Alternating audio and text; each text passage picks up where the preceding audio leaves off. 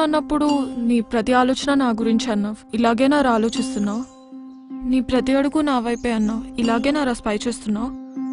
రాకేష్, నీకు ముందే చెప్పాను, నిన్ను ప్రేమించడం ముఖ్యం, కానీ అది అందరికీ చూపించడం ఇష్టం కాదు అని. వేరెవరికైనా కష్టం వస్తే ఖర్చు ఇచ్చేసి వచ్చేస్తాను.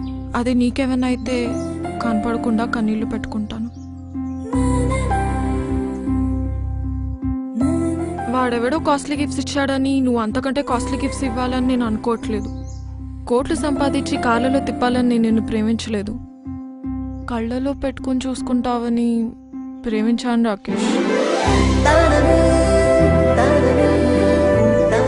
అయినా ఇద్దరు మనుషులు కలిసి ఉండాలంటే కావాల్సింది ఒకరి మీద ఒకరికి నమ్మకం రాకేష్.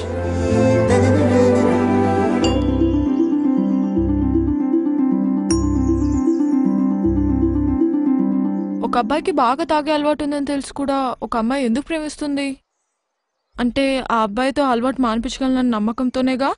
ఒక అమ్మాయి 6 మందితో క్లోజ్గా ఉన్న అబ్బాయి తనని ఇష్టపడుతున్నాడు అంటే ఆ అమ్మాయి తనదే అనుకొని తను తప్పు చేయదు అన్న నమ్మకంతోనే. ఆ నమ్మకాన్ని ఒమ్ముపాలు చేయను నేను ఎప్పుడు. అందుకే నువ్వు ఏ అమ్మాయితో మాట్లాడినా నేను ఎప్పుడు క్వశ్చన్ చేయను, కోప్పడను.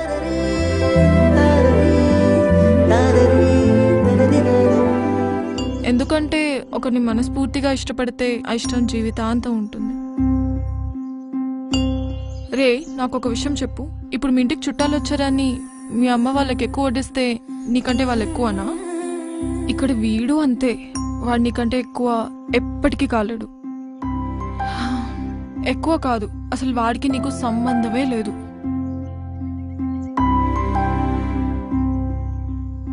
చూడ్రా, నువ్వు అడిగావని అలగను, ఆరాధిస్తున్నావని అరవను, ఆలోచిస్తాను.